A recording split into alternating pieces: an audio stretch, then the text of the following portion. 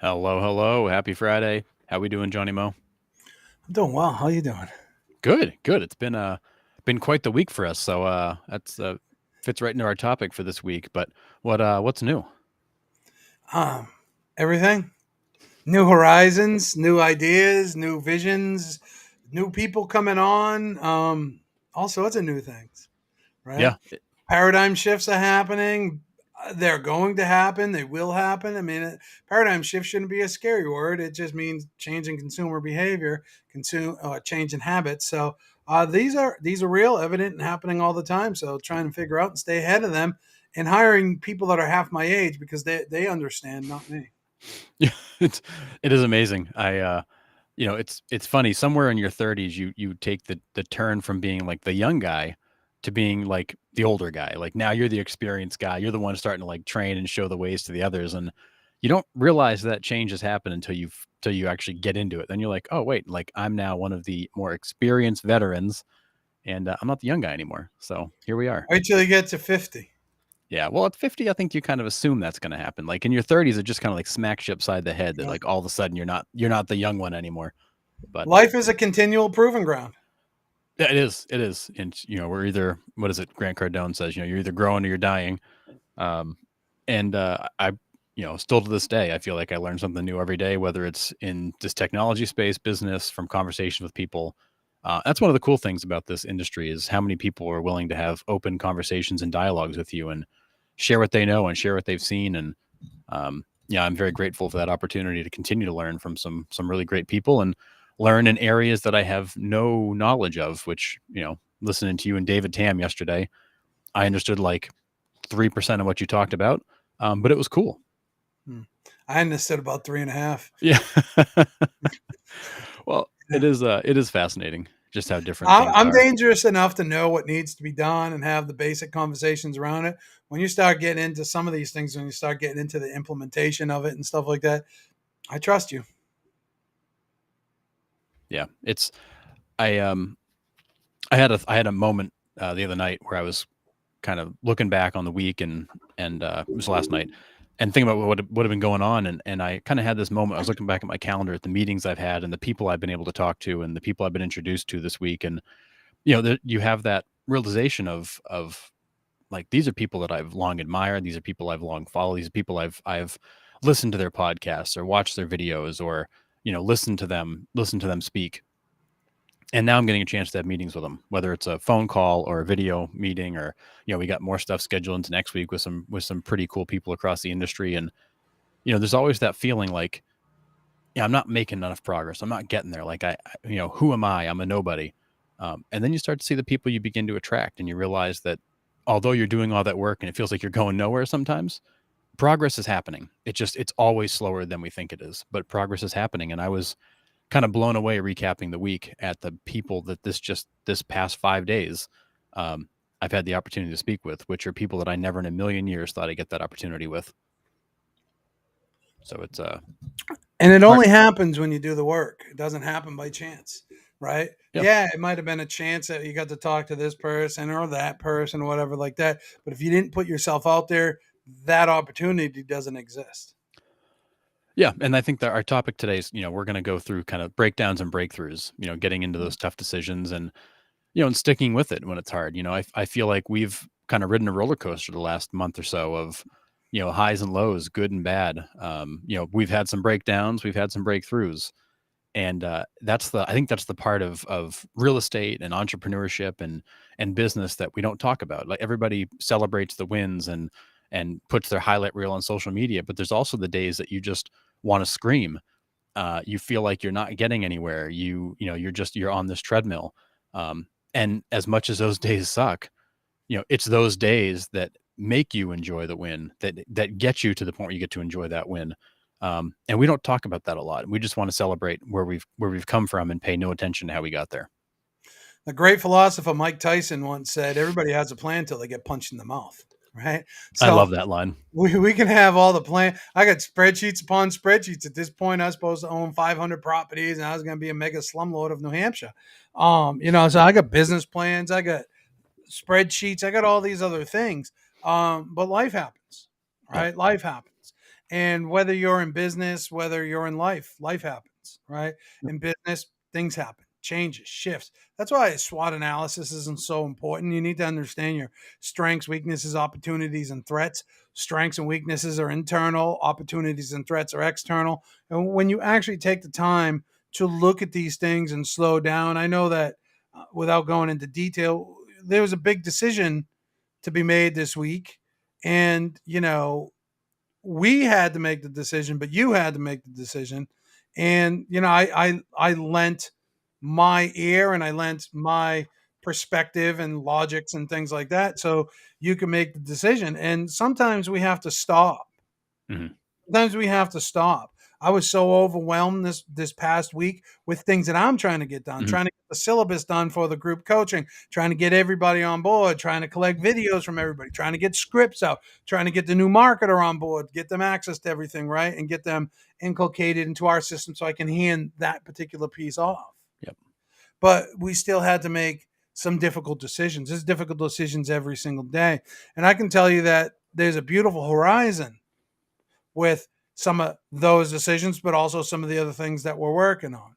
Yep. And none of this happens if you allow the difficult time to become negative and the stinking thinking to start coming in. If you don't have clarity on exactly what is the goal and what's the best purpose and, which is the best 30, 60, 90, 5-year approach, Yep. then none of that happens. And yeah, you need to celebrate the wins, but you also have to appreciate the kick in the teeth. You have to appreciate the fall down. And I learn more from those fall downs than I do, but you can't forget about those because they make that win feel so much better, right? It feels so much better. Just take the Super Bowl, for instance. Hmm. You don't score a touchdown every time you touch the ball, right? You might fumble. You might get out on downs and have to punt. You might kick a field goal. You might get a touchdown. You might get intercepted, right? There's all these things that can happen. But when you win, sweet victory is upon you, Yep. right? Even if you lost the Super Bowl, you're still in the Super Bowl and so many other people aren't, right? So you got to look at those wins and understand that the wins require a whole bunch of losses, Yep. right? Yeah. A whole bunch of tough decisions. Yeah. And I mean, I think about, I think back to that New England Patriots. Obviously, we're New England people, so we're Patriots fans mostly. And I think back to that 28-3 game against the Falcons there in the Super Bowl. I mean, the Patriots were getting their teeth kicked in. That game was over from everybody's opinion. And that's a case of that's an extreme low during the game. But because they stuck with it, because they stuck to the game plan, because they kept coming back out and doing the work, they end up coming all the way back to win that game. First time in Super Bowl history, a lead of that size had been overcome and a game was won in overtime. But you can quit. You can hang your head and say, it didn't work out and quit and bail, or you can just stick to the plan, keep showing up down after down, day after day, play after play, just continue to come out and do it. And as you were talking about this coaching program, there's a lot of work that goes into launching a coaching program. This is a potentially transformational coaching program. If people are serious about digital marketing and understanding how to build their brand, how to get in front of the community, how to rank on Google, how to have their SEO, cranked up so people find them. Like there's big business altering stuff we're going to teach, but that takes a lot to put together. And then there's the stress of, well, you got to map it all out. Then you got to kind of build that syllabus out. Then you got to get all the content created, and then you got to hope people want it. And that's always the battle. When you're lead generating for real estate clients or insurance clients or potentially borrowers if you're on the mortgage side, or for us if you're looking for people that want to get into this ecosystem and build their business this way and experience those results, there's always the question of, is somebody going to want it? Will it be accepted? And that is the stress being a small business owner, being an entrepreneur, is always, when I do all this, it doesn't mean anybody's going to want it. That's 100% true, right? But you don't know unless you get there. And I need to go back to how with what you started about the Falcons game. Mm. We do. You heard of all the Latin mottos and stuff like that, right? We in New England have our own motto, and it's "In Tom We Trust." Yep. So, diehards didn't worry. We knew Tom was going to have a good Yeah. comeback. Don't get me wrong. Defense won that game. For sure. Defense won that game for For them sure. in the end, right? Yep. But to put yourself out there takes an immense amount of confidence, right? Because you're trying something different that other people may not be. Yep. And about the group coaching program, yeah, you're going to learn Google from two different Google people. One on the basic level, what you need to be doing. One on an expert, right? That was invited by Google to learn from. Google invited this guy to learn from. Okay. Yes. Yeah. That's it in. Google brought this guy in to teach them how Google works. Right. And how he was cracking the code and stuff. So it's really important that if you're going to put yourself out there, put yourself out there. Yep. But know exactly what you're putting yourself out there for. Know exactly what the plan is. And like I said, everybody's got a plan until they get punched in the mouth. Know what the fallback plans are and things like that. And don't be discouraged. Like I said, everybody in the world would be saying, hey, listen, if we launch this group coaching program, we want 100 people. I'm happy if we get 20. Right. So I'm different. It's not a cheap program. It's a more expensive program. I don't want everybody. Right? Yeah. It's not for everybody. It just isn't. For everybody. Yeah. It's about digital marketing, social media, how to run ads, and the importance of video, digital, and social, and how people have revolutionized their business with it, and the things that you should be focusing on, because the paradigm, it's happening. Consumer habits change constantly. The attention span of people change constantly. So if you're not constantly putting yourself out there to get to the most important thing, which is this, yep, the relationship, you might be left behind. Yep. Period. Yeah, and the reality of it is with everything, you're always gonna. There's always a reason why not. It's not the right time. You're not ready. It's not perfect, et cetera, et cetera. All the things we tell ourselves why we can't do something, but in reality, the ones that have had success are the ones that just got started. Was it pretty at first? No. Was it perfect at first? No. Did it take time to iron it all out and make it work? Yeah. Did you go on your very first listing appointment and nail it? No, it's probably terrible. There are still days listing appointments after being on a bunch of them aren't great. There just is that situation. Sometimes it just doesn't quite go your way. Sometimes it just isn't the right fit. It's not the right situation. Doesn't mean you don't do it. Because if you don't put in the reps and you don't continue to show up, you don't get the opportunity. And for us, we are very much putting what we know, what we do out there to people who we think we can help. But at the end of the day, like, you can't force anybody to do anything. You're not going to convince somebody to do something they don't want to do or sign up for something they don't want. But that is always the risk in this, is that you pour your blood, sweat, and tears into this thing, and the market goes, it was all right, but not for me. And I don't think we talk about that enough in this industry, where there are failures. There are massive failures. There are bumps in the road, and there are days that suck. And then there are days that where you feel like you're as high as can be. You're at the top of the mountain. Yeah. And it's being able to balance those. And that, I think, is the most difficult thing about being, an entrepreneur, being on your own, being responsible, is that you've got to be able to manage the ups and downs, manage that flow, and not drive yourself crazy doing it, because it's very easy to drive yourself crazy doing it. It's very easy. Right. And then you start seeing the Cheshire cat when you walk around your house and say, what's going on? Because, at some point you got to ask yourself, am I delusional? Right. But, yeah. No, am I convincing myself this is real when it's not? Right. And the same thing is true with every real estate agent and broker out there starting. I mean, we just had a conversation about somebody we know that had all these business plans and everything all written and never executed, because they realized, I have no passion here. Yep. Right. I don't have any passion here. Nobody, a lot of people don't have purpose. And so when somebody says, oh, my purpose is to help 25 people with the goal of home ownership this year. Now that's your goal to hit your that's the number you need to hit your financial goal. Right. So when you can if there's no purpose, the decisions are easy. right? They're Yep. reactionary decisions. What lead service do I sign up? I just get on the treadmill. I'm going to go sell 50 houses, Yep. right?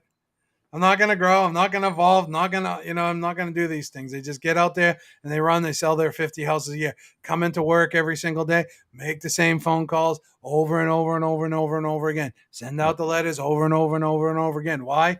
To sell 50 houses, sell 100 houses a year. Yep. Look at me go. To me, that's not winning. To me, that's just you create a high paying sales job for yourself, right? But how many people have we talked to or met that had these ideas and these ambitions and never executed them? Yep. Right. We all, you and I both, have had in our lives different ideas, different ambitions we either didn't go for or we tried and we failed on, or whatever they might be. But it's taking that first step, taking that first initiative. Anybody can put an idea on a piece of paper. Right. I heard this once. Where do you think they said, where do you think the wealthiest place on earth is? And the answer was the graveyard. Yep. Because all these good ideas died and nobody ever did anything with Yep. them, right? Don't let get out there, make a plan. This was a video that I made when I was up in Maine. I think maybe it was Monday. I think it might have been Monday or Sunday, up in my sister's. And, I basically said, take the first step today. What is it that you really, truly want to do? Write it down on a piece of paper. What's the first action plan? Yep. Do it. Order yourself some business cards. They're $15, $20.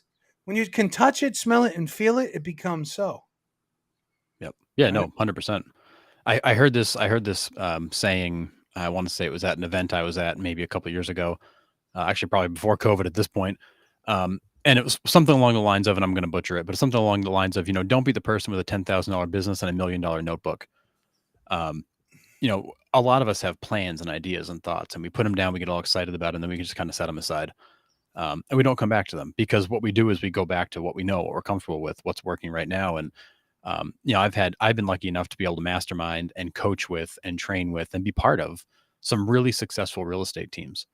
And what I'm always surprised by when you get behind the scenes is how many of them are not at all what they appear. Most. Either the profit of the team is driven entirely by the rainmaker because the rest of the team's not profitable, or cost structure is messed up, or in some cases I've seen teams doing high volume that are making no money. And what that is, it's this scarcity feeling where they just continue to pour more money into Zillow. I need more leads, more leads, more leads. And you had the great example we talked about the other day, Johnny Moe, of the person that did an audit of their CRM and found all these potential sales that went nowhere because it was the fear of, I need more coming in order to get more action. But in reality, you weren't doing anything with what was coming in. You were just letting it pour in because it made you feel good. It made you feel good to have stuff coming at you, but you weren't actually doing anything with it. And because of that, you were leaving a massive amount of money on the table, and you were spending money on leads you didn't need, and you weren't making any money in your business because you were hooked on that inflow, that you needed that inflow. When in reality, you weren't prepared for that inflow, and all you do is burning money. I remember hearing something. I don't remember who said it. I think I know who said it, but I don't want to misquote somebody. So I'm just going to say it, paraphrase the quote. And if you ever heard of it, drop me a line and let me know who you think said it. And let's see if it matches up. But they had said something along the lines of, maybe it was 25, maybe it was 50. I'll take 50 of my ambassadors over 10,000 cold leads, and I'll make more money than you. Yep. Right. I'll do more with 50 ambassadors. And if you know who calls them the ambassadors, then you know who I might be thinking who it is.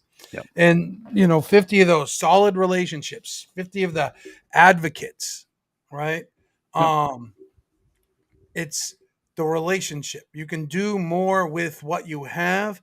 You don't have to always have that constant of more, more, more, more. Now, that's not to take away from the fact that I like to follow the 1-9-90 rule. And I think everything in life probably, some people say the 80-20 rule. I think it's the 1-9-90 rule.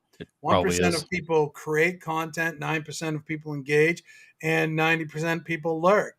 There's more money in those lurkers. So yes, we want to play to those people. Yes, we want to turn those engagers into relationships where we know the people so we can turn that into business. At the end of the lead, at the end of the day, at the end of the sale, it only happens 9 times out of 10. There's circumstances, right? Like REO, there's circumstances like probate, there's Sure, sure. circumstances where online and it was some crazy deal, whatever like that. But 9 times out of 10, it's because you shook somebody's hand, you met them, they know who your name Yep. is, you know what they smell like, the relationship. So the lurkers, the goal is to turn them into engagers and turn those engagers into relationships. You can't you need social media, you need digital marketing, and you need video to do all those things just so you can get to this point. But if you have 50 of these people who are going to refer you out, then you take those, even 25. Mhm. I say my goal has always been to take my offline network and bring them online and bring my online network offline. I have more Yep. content than I could ever produce if I have 25 solid relationships. Yep.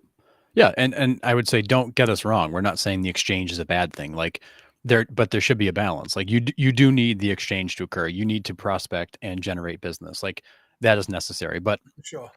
along the same lines, you also need to be building those relationships, nurturing those relationships.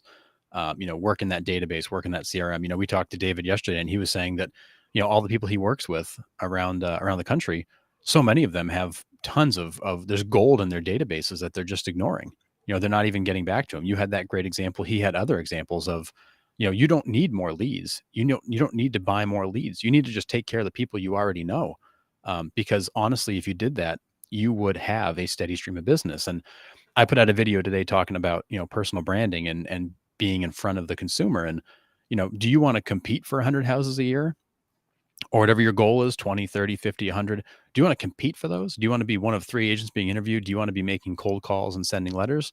Or do you want 100 people a year to call you and say, hey, I'm ready. Can you come over and take a peek? Um, Mhm. it's different. It's very, very different. But if you treat that database right, and we did that live stream with Cynthia a few weeks ago, diving into ways to really nurture that database. If you treat that database right, as you meet people, as you put them in, if you nurture them with good quality communication, good quality content, you continue to build this baseline of business that just it continues to layer upon layer upon layer. So if 5% of people in your database are moving every year, if that database of 100 goes to 1,000, goes to 5,000, goes to 10,000, you continue to get 5% of them, you will reach a point in your database where you don't have to make another cold call in your whole life. You just have to take care of those people. And I see a lot of people in the industry going, oh, they work by referral only, ha ha ha, that's not a real thing. No, it is. It 1,000% is because those people have built that database, nurtured that database, and they've got a group of people that when it comes to real estate are always going to come to them. Mhm. And that's the goal. And I think using video, digital, and social is an amazing way to stay in touch with all those people. And that's where sphere hacking comes in because when you're trusted with your friends, I mean, you never know what Sally and Tina might be talking about at tea or out for lunch. Right. And Tina might be thinking about selling her home or buying a home. And then Sally all of a sudden is talking to her. And then your video pops up. And then she sends her a message. Hey, remember, you should talk to Harrison or Johnny Moe. Here's their video, Yep. right? Here's their information because that's what we want. We're all trained. The technology wasn't there, but we're all trained to ask for referrals, to nurture these clients into A clients and into ambassadors or advocates or our inner circle or whatever like that. But then what do? Call once per quarter, call once per month. Nobody wants to hear from you once a month asking for real estate business. Yep. They really don't. I wouldn't answer your fucking call. Yeah. Okay, so there's that. I mean, you know me. I don't even answer your call now, right? Unless I know you're calling. Um, I don't answer the phone. That's Yeah. weird, right? But A little bit. um, now all of a sudden, there's a way to stay in touch with people. That's the power of social media. That's the power of contribution. That's the power of video. That's also the power of digital marketing. It all works together. So while you got your Google LSA ad, you got your YouTube ad running with this particular thing, while you're out there running your good community-based content and stuff like that, Yep. they have different purposes. Social media is to share and engage, right? Google is truly intent. YouTube is kind of intent, but also disruption too, but you can hack it to optimize it for Google, right? So there's different ways and different places. But imagine you have Sally sharing your video to Tina and say, this is the person that I would recommend. That's powerful, It is. right? And then Yep. Tina saying, hey, can we talk about selling my home? or Tina sees your ads, because you know how the algorithm works. If it's Mhm. done right, they get sucked in. They're going to see your retargeting ad now. All of a sudden, 100%. what's your home worth? What's your Scarborough home worth? Click here. Yep. Done. Right now, I caught you. Right, Yep. and set my little pixie dust trap Yeah. out. I got you. Yeah. You're never getting away now. Yeah. So to bring that back to the topic today, kind of the breakdowns and breakthroughs piece. That those results we're talking about those are great results. Those are results everybody wants. But back to the idea of breakdowns and breakthroughs, like those don't just happen. Those don't just show up overnight. Like you have to do the work. You have to continue to do the work. You have to do the work even when it doesn't feel good, when you don't understand why you're doing it, when you feel like you're getting no results. Because when you're continuing to do the work and you're continuing to show up, you're that much closer to the next positive result. As we talk about in real estate, it's a numbers game. Every no, you're getting closer to your next yes. The same is true in business. The same is true in real estate. The same is true in title, mortgage. The same is true with content. You have to continue to do it. You have to continue to show up. And when you hit those points where you're just like, I don't want to do this anymore. It's not working. I don't understand why I'm doing this. Those are the moments where you either choose to break down and just say, that's it. I'm done. I'm not doing this anymore. Or you break through and you stick with it and keep showing up. Because what I will tell you, and just like that concept of being 3 feet from gold, everybody tends to give up too quick. And you and I had the conversation a couple weeks ago of, do we make some tweaks here? Do we make some tweaks there? How do we get this thing to exactly where we want it to go? Because we're making progress, but the progress never comes at the speed that you want it to.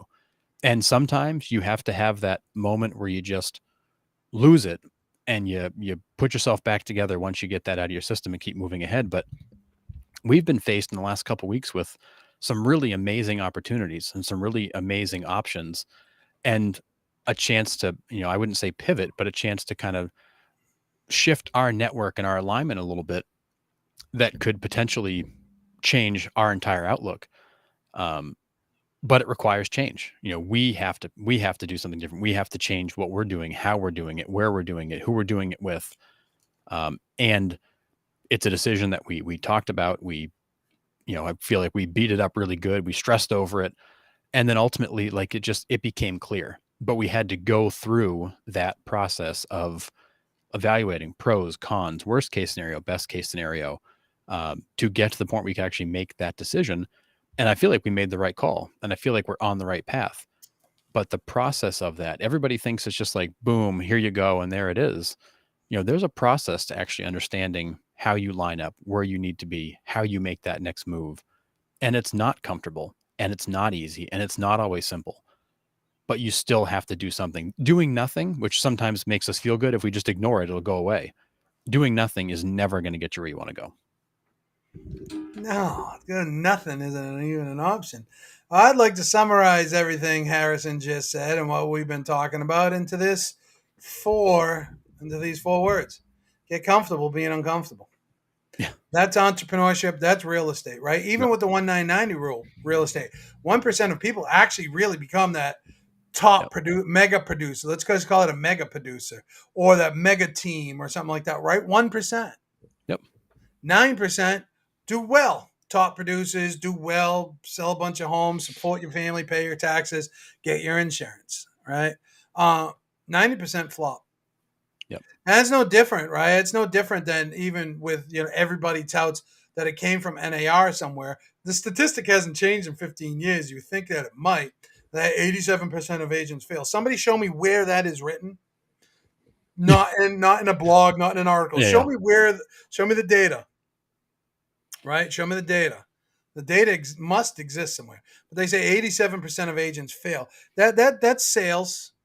Mm-hmm. People sell with fear. 87% of the agents are no longer in business. Some die. Right? Some retire. Some decide that real estate's not for them and they're going to go into a different direction. That's not failure. Yeah. Right. But so we'll just go with that. I just like to say that and point out where the lie is and everything. And that's what gets me in trouble. But anyways, let's just say 87% of the people fail like they like to tell you. Well, that's close enough to 90% for me to call it accurate. Yeah, right? So the absolutely. 1-9-90 rule. And I used to say this about that too. So if 87% of people fail, that means 13% of people succeed. Let's focus on the ones that succeed. Out of that 13%, I used to say 1% truly really make it, 12% do, like I just said with the 9%, do pretty well. Yep. Top producer and do pretty well. Yeah, they can make a Right? living. Make a living. And so pay for them insurances, pay them taxes. Man, thanks you. So the 1-9-90 rule is as real as the 87-13 rule that somebody came up with. I can't find the data for. Yeah, Right? it's an old NAR stat that I think has been recycled, but I do think it's true. I do think between 80 and 90% of people, yeah, and fail is probably the wrong word, but are not in the business anymore. And whether it's because they're part-time, because they took another job, they had an opportunity to open up that they went a different direction, they moved to a different state and figured I'm not going to get a new license, so I'm not going to use it. They retired. Like there's all kinds of reasons in life why we stop doing things, but there is a portion of those people that got to the breakdown part and never reached the breakthrough part. And the only way you go from breakdown to breakthrough is to go through it. You know, the only way to get through the pain, the only way to get through the process is to go through it. There's no going around it. There's no going over it. There's no digging a hole and going under it. And, you know, thinking about it and fearing it and doing nothing also doesn't work. Like the only way you get to the breakthrough is to work through the breakdown. As uncomfortable as that feels, as yucky as that feels, as painful as that can be, you know, we as entrepreneurs, small business owners, you know, we take risks. We take big risks. We gamble a little bit. Like that's in our nature. We're not afraid of risk. We're not afraid to, you know, hit that bottom point and bounce up off of it and keep going. Because again, it's not how many times you fall down, it's how many times you get back up. But there's something hardwired in many of us where we're okay with the risk, but we have to be okay knowing that there's going to be days we have to just push through stuff we don't like, that doesn't feel good, that doesn't bring us joy, that doesn't make us comfortable. And to your point, being comfortable, being uncomfortable, that's the nature of this. We make decisions. We have to push things forward. We bring things out there. We put ourselves out there in a way most people don't. And it doesn't always land the way we hope. And that's okay. Because at the other side of all that is the success you're hoping for. But you have to be able to push through to get there. You have to push through to get there. You're absolutely right. Listen, you got to if you have passion, I'm going to tell you the difference right now. 100% of the difference. If you're chasing money, pain's going to be painful. Yep. It's going to suck. You're going to want to quit. It's not going to be worth it. Mm-hmm. If you're chasing a passion or a purpose, you got a mission. Yep. You don't even feel the pain. I mean, you do initially, but Yeah. then all of a sudden you almost become sadistic, and it's like, give me more. Now, you know, you got to adopt David Goggins' mindset. You can't hurt me. You can't hurt me. Yep. What are you going to do that can hurt me? You're going to say something about me? I've heard it all. I don't. For it to hurt me, I'd have to care about your opinion. I don't care about your opinion. Right. I just don't. Right. If you're not in my inner circle, if you're not somebody that is a mentor of mine, or my family, and even some of them, I don't care about your opinion. All right. Right. I'm going to do what I'm doing. I got enough people around me to correct me if I'm wrong or have their, and you know me, I ask everybody their opinion. What do you think? Is this good for us? Or whatever like that. And then when the decision's made, it's all going in. There's no stopping me. There's no stopping it. So you got to get comfortable. You know, just like if you're a running back in the NFL, right? We talked about football earlier. When you got that ball and you got somebody going to hit you anywhere from a 300-pound lineman to a 170-pound free safety that's running at you at the speed of light, it's all going to hurt. Boom. Get back up, right? Yep. Let's do it again, right? Let's go. You can't hurt me, and I can promise you that with every breakdown you have that you break through, it makes you stronger. And I said to somebody today, I said, I don't have a thick skin. I have a tortoise shell all the way around me. There's nothing you can say that will offend me. Nothing. Nope. Nothing. Yep. So you say, if I'm talking, because listen, you know, in our meetings, man, when I get going, I might say cuss words. I like cuss words, right? No, that happens. Say cuss words. And if I'm offended, I tell everybody, if I offend you, please send me a private message, let me know. I prefer you not to talk that way. I'll do my very best not to use cuss words. Yep. But if one slips out, please don't be offended. I'm just, it's just exactly slipping out. That's his passion coming out my porky pig mouth that doesn't have a big word to say. Well, yeah. And, sometimes it's for, it's how we elaborate. It's how we show that we're excited or passionate or interested in something. But, the other day, my daughter, who's 7, was down here in my office, and she was looking at the picture above my head, and it says "Dreams weigh more than excuses," and it's a picture of a seesaw, and there's a butterfly on one side, and on that side the seesaw is way down. There's an elephant on the other, and the elephant's way up. So obviously, butterflies to dreams, they weigh more, so it's pushing the elephant up. And the analogy really is that although those excuses are big and heavy and feel like, they're going to be the dominant piece, really that dream is going to outweigh those excuses. You just have to understand that. You have to realize the fact that if you really want something, and you really, you see that vision, and you want to bring that vision forward, and you want that result, and you're willing to commit, that dream will weigh more than the excuses. The excuses won't stop you like it seems like they should. And we've had a hell of a week here, making some decisions, and all good stuff. But again, like, we had to go all the way through that process, all the way through the painful process from point A to point Z. You can't skip steps. You can't skip through it. You have to, you've got to feel it. I heard somebody say, it might have been even Brene Brown, like, give yourself a chance to feel that situation, feel what you're feeling, feel what you're thinking. Let that kind of wash over you, and get through it. Because again, the only way to get to the breakthrough is to get through the breakdown. But it's okay to acknowledge how you feel and where you're at and why you're stuck and why it doesn't feel good. But it doesn't mean that that's your reason to stop. You give that enough weight to stop. You feel it, you acknowledge it, and you move forward. And that's what we're doing. And it's been very rewarding. We feel like what we're bringing forward and the changes that we're making and the moves we're going to make are going to be very rewarding to our clients and partners and the people around us. Because we are very much, and this is a phrase I used last night on the phone. I've never taken so many phone calls or video calls at 8 o'clock, 9 o'clock, 10 o'clock at night as I have the last week or so. They've all been hugely valuable, but I used the comment the other day to somebody of, we are impact over income people. We want to go make an impact. We have a lot of great things we can add. We feel like we can help a lot of agents, and we've got great case studies and testimonials of where we have. And that's okay. We can make the impact first. We can go change people's lives. We can show them what can be done. We've already gone through that breakthrough. We've already had that moment to see what we're doing and why it's so important. We're okay sharing that with people to help them have the same one. And eventually it'll take care of us. But for now, we're looking for ways we can impact and help people. People over profits. That's what I always Totally. say. I want to, if help enough people, your profits will be fine. Mhm. Too many people are just so hell focused on the next sale, the sale, the sale, the sale. The KPI. What's my ROI? What's your ROI on a good relationship? What's your ROI Right. on everybody seeing your channel? What's your ROI on you getting 10,000 views? What's your ROI on starting a charity and giving Right. back thousands of dollars a year to the community? What's your ROI on that? Some people are so shallow that they do the charitable thing as a sales thing, as Yeah. a marketing thing, and as soon as the market constricts a little, they stop giving. Yep. Oh, aren't you a fair weather freaking contributor though?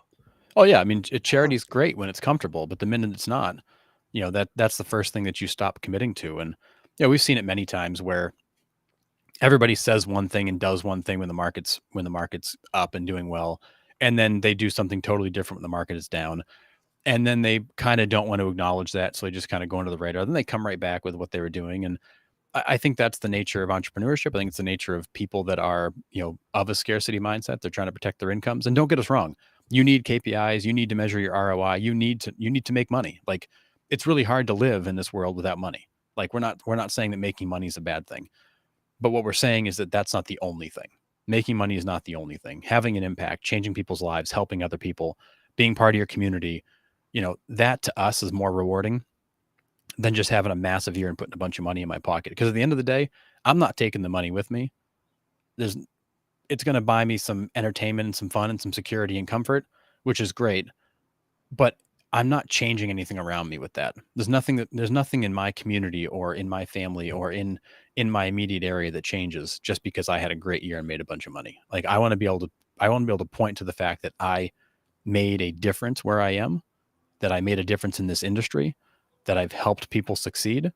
And that to me is worth far more than just a massive year in a business. Huh. Well, what we need to do is start marketing you as Sir Harrison Smith, the Duke of Biddeford. Well, I was joking with a buddy of mine a month or so ago, and talking about some of the stuff we're up to, and he's like, "Well, geez, might as well just paint a red cross on the side of your car because all you want to do is give." And I'm like, "But yeah, I do. Like, I do want to give. I want to have. That's why we offer a bunch of free training and a ton of free downloadables, and all this. Most of the stuff we do is free. There is a paid service, and that for those people that want to really ramp up and blow their businesses up, there's a paid service there. But we're also happy to give away a lot of it because we do feel like it could change your life, your business, your family's life. But hopefully, some of that gets to the community, and you help make the area that you're in a better place because then that allows us to take the impact we make, and it's exponentially greater when other people are doing it too. It's like this, right? I got an inn. And if you're passing through and you're thirsty and hungry, I'll give you a granola bar, an apple, and a water. Mhm. Take with you. Can't stay here. That's the free. Yep. You want to stay here, rest, put your feet up, take a shower. That's the paid service. Yep. You're going to get a lot more. You're going to get a sit down meal. You're going to get you know what I mean? You're going to get the attention. Yeah. I'm not going to let anybody go without. So I'm going to give you the free thing, right? But you want something more? That costs. And that's just the way life is. It is. And I'm worth it. Right. And you have to say that too out there, people listening. Mm-hmm. I'm worth it. I was debating recently whether I deserved the fee that I'm getting on a listing. It's a lot. That's a lot to me. Mm-hmm. And it's a lot to anybody. Don't let anybody fool you. And I'm like, did I really work that? You know, it wasn't how much I worked. It's the knowledge that I had to be able to put that package together and get them more than asking price with a favorable offer that closes. They get their money, and then they got 30 days to move. Yeah, give that engine example or that engine analogy you and David were talking about yesterday that I thought was pretty good. So there was this big cargo ship, and the engine wasn't running. They spent millions of dollars on this cargo ship. They called up this mechanic, this engineer mechanic. He came over. He looked at the engine. He took his hammer out and he made 2 taps in one area. Things started right up. Told him that'll be $10,000, please. And the owner of the boat was like, $10,000? I'm not paying $10,000. All you did was hitting a place with a hammer twice. I want an itemized list. So he gave him an itemized list. He said, hitting the engine with a hammer, $5. Knowing where to hit the engine with a hammer, $9,995. Right? Because, and that's the thing when talking to David, he's one of the smartest people that I know, right? He's brilliant in the space that he's in. And will change humanity and how humanity approaches their digital legacy. So, I mean, real smart guy. Glad that I even get 5 minutes with him. Right. Yeah, because that's the kind of guy that if you wanted to call him for a coaching engagement or something like that, it's $1,000-$1,500. I mean, that he's worth 5 times that, but he won't charge you that because he's too nice a guy. Right. But this is the guy that Google brings in to help them better understand Google. He's consulted with Facebook. He's consulted with all the big firms out there. Like when it comes to digital marketing and anything online related, I mean, he is one of the preeminent guys in the marketplace and just a super great human. Yeah.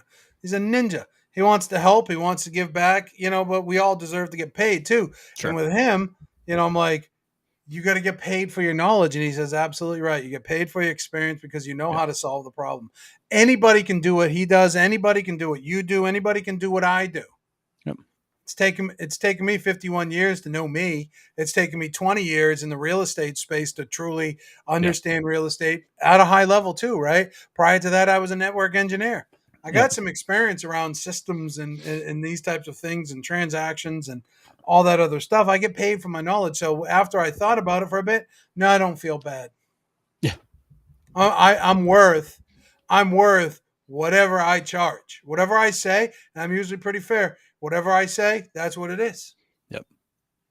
Yeah. And that's, that's part of that breakthrough. It's having that confidence to be like, I'm scared to ask for that. I'm scared to say that I'm worth that. I'm scared to say that this program is worth that. But you have to have that breakthrough but look at the result it can get.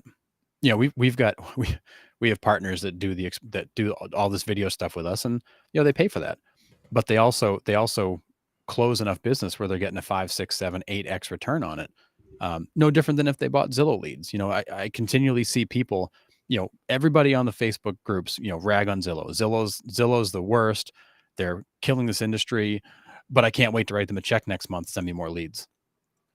And it's one of those things you have to laugh about because it is so, the thinking on that is so backwards, but I get it. Like, that's what we're hooked on. That's what we know. That's what we're addicted to. We need that flow of leads. Again, to the example you had of the person that audited their CRM and found all these sales that never went anywhere that should have.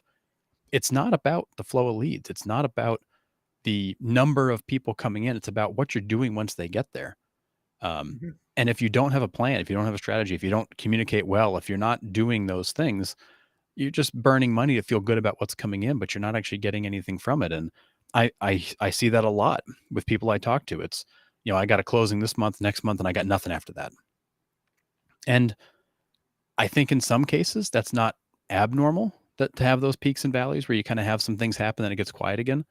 But I've never heard so many people with that angst of, once this one closes next week or in 2 weeks, I got nothing. Like, what am I going to do? I need more leads. Well, what are you doing with the leads you have? What are you doing with the database you have? What are you doing with the people you know? There are so many other options. But again, like, you have to have that moment where you realize, again, back to the breakthrough, where you realize that what you think you need is not necessarily what you need, because what you need is already there. You're just not using it because you're measuring the wrong thing. You're searching for the wrong thing. You're looking for something different, and what feels easy versus what's a little bit harder but potentially more rewarding. And that's a battle we go through all the time. For sure. Always. Right. For me, there's got to be joy attached to it. Mm.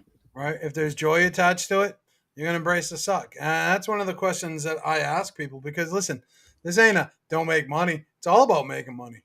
You Okay. got to make It's all money about at some point. quality of life. Yep. Right. So the two questions I ask myself is, does this bring me joy? How much does it pay? Yep. I had somebody reach out to me just recently that wanted to connect. They're building a company and stuff like that. And I'm like, yeah, I'm just going to pass. I don't have time. I don't have time or desire to meet, to listen to you about your idea. And well, what's in it for me? You want my advice? I'm not giving out advice right now. I'm focused on me. Okay. If you're not a paying customer or a business partner or something else like that, I don't have time. I have time for you. I'm sorry. Yep. I'm busy focusing on me. And it's taken me 51 years to realize that the most important person in my life is me. The only person I should be focusing on is me, because without a happy, healthy self, I can't help anybody else. So if that's a distraction, oh, you want me to come over here and give you advice, good luck in your business. Right. Good luck in your business. I'm no interest in being an affiliate. I have no interest in being a business partner with anybody at this point. I'm not looking to invest anything. If any money I make goes back into Explore My Town. Right. And so you got to understand where these time sucks are, cut them out of your life, focus on the most important things that you're focused on, and everything is going to be okay. So for me, does this bring me joy? Well, that other phone, no, it doesn't bring me joy. How much money's in it for me? Mm-hmm. Right? Because listen, I'm human. You want to pay me some obscene amount of money to do a project? I'll do it. Yeah, for sure. Right? I'll do it. Might not love it. It might not bring joy, but if it's bringing me a ridiculous amount of money, I'll do it. I'm in. And then sometimes. Sometimes. No, very true. At the end of the day, you've got to make money. You've got to provide. You've got to be able to pay your bills. That's you got to, when you think of the hierarchy of needs, you need to have those basic needs covered. But again, I go back to, we talk about impact over income. There needs to be an income component to that. Otherwise, the impact we make is small. So do we give stuff away for free? Absolutely. Do we give probably more away for free than we probably should? Yeah, maybe. I think there's some cases. And do I take calls I probably shouldn't and help people out that really should be in a coaching or training program? Yeah, I do. Because I genuinely want to see people succeed. But there is a line where you've got to say, okay, like, I can't continue to just like let you pick my brain and give it all away when I'm making these people over here pay for that. So there's got to be a line there, because you can't just keep giving it all away for free. But ultimately, our focus is on impacting this industry, impacting our own businesses, impacting our communities, because ultimately from all that, the income will come, which then allows us to further accelerate that impact. But you can't, back to my analogy of painting a red cross on the side of my car, you can't do it for free forever. You've got to make some money. You have to be able to monetize what you're doing, monetize your business, get out of that what you need, because that impact is limited. If you can't pay your bills and there's nothing left over, that impact is limited. And for us, impact is such a big piece of it, which is why we're so excited about what we're working on here, because the impact could be huge, but you have to get through that breakdown or that moment of, is this going to work? Am I going to make it? Will I be okay? The answer to all those is usually yes. You just have to stick with it to reach that breakthrough. You know, the thing what grinds my gears, Hmm. one thing that grinds my gears is, and this is why I had to become selfish with my time. There's only so much time, right? There's only so much time. Time And is the either asset. I can help myself, my company, my clients, and my family, or I can help somebody else who isn't contributing, right? Yep. Don't get me wrong. Here's the deal. I will help you. I'm probably going to send you a link to a blog with a video attached to Right. it. And then when I follow up in a week or two and I say, hey, what'd you think about that? And you say, haven't had a chance to watch it yet, I'm done with you. Yep. Okay. I'm done with you. Don't reach out to me ever again because you're not willing to do the work. And if you're not willing to do the work, neither am I. Yeah, if you can't spend 5 minutes You, reading a blog or watching a video that I made that answers your question, then you really weren't that serious with the question to begin with. you weren't. You're just looking for somebody to give you the answer. Yep. Nobody can just give you the answer. You have to think and ponder and come up with that and make a conscious decision what's best for you, your business, your family, whatever it might be. You have to make that decision. Whether that's joining a coaching program, whether that's going independent, whether that's joining a franchise or an anti-franchise, or changing brokerages, or bringing on a buyer's agent, or stepping out of production, right? These decisions don't just happen. Yep. You have No, to they think don't. about them. They don't. And like we talked about last week, you want to surround yourself with people that are going to make you better. But you can't always assume those people are just going to pour into you forever for nothing. Like, what are you offering back? What's the value you're offering back? How are you helping them? How are you making that mutually beneficial, and preventing yourself from being the person that just continually asks and takes and takes and takes? But with that, Johnny Mo, we got to wrap up here. So what do you have for us for a parting thought this week? Oh, that's a good one. Listen, successful people will help you. Okay. They will. But they have to see you helping yourself. Yep. If you're not willing to help yourself, there's no successful person I know out there that is going to invest too much time or energy into you because they don't have it. Yep. When you do your time value may be $50 an hour, $100 an hour. I value my time at $2,500 an hour. I do. Mm-hmm. Doesn't mean I get paid $2,500 an hour. Sure. But if I ain't doing $2,500 an hour work, I sure the hell don't want to do $25 an hour work, and I'm nobody's therapist. Yep. Right? I don't want to be your therapist. I ain't interested in hearing about your problems. I don't mean this negatively. No, it just is what it is. I don't have so much energy to give out every single day, but successful people will help you. Yep. If they see you helping yourself. Some people, we're about to get a major leg up, and that person will help us. They sure the heck aren't going to help us if they see us just kicking back, messing up, screwing up, not being accountable, not being responsible, and not being front-centered and forward delivering. Yep. So before you ask for help, ask yourself if you've extracted all of your avenues and if you have done the uncomfortable work. Because if you haven't done the uncomfortable work, I just don't even want to talk to you. Yeah. It sounds harsh. It sounds harsh. Don't ask for help and then do nothing with it. If you ask for help and do nothing with it, if you're not willing to look in the mirror and have that deep, hard conversation with yourself, there's nothing I can do to help you. There's nothing. Yeah, it's true. It's, Jerry Maguire, help me help you.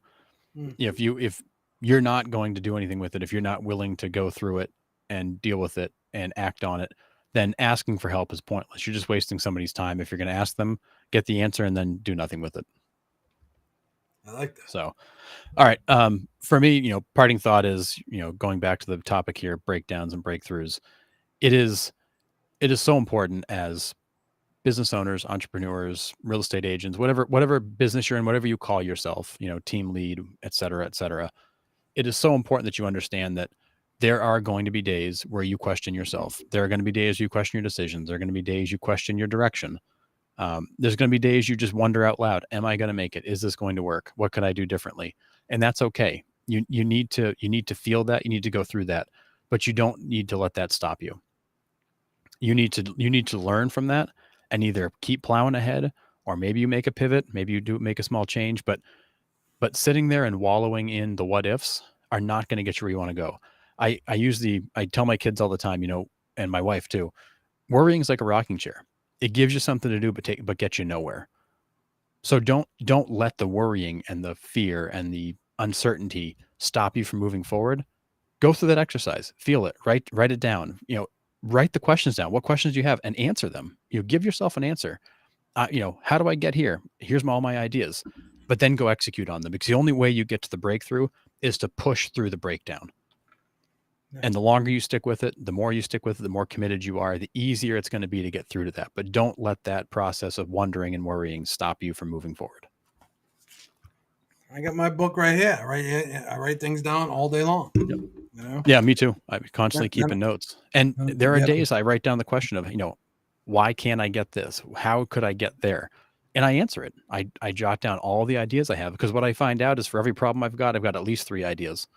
So now it's just a matter of, okay, now I got to go execute on those, because you know the direction, you know how to get there, you know what you need to do, and committing to that path and that plan will almost always get you through the breakdown. But you have to go through the exercise to figure out, how am I going to get through this, and then actually go and get through it.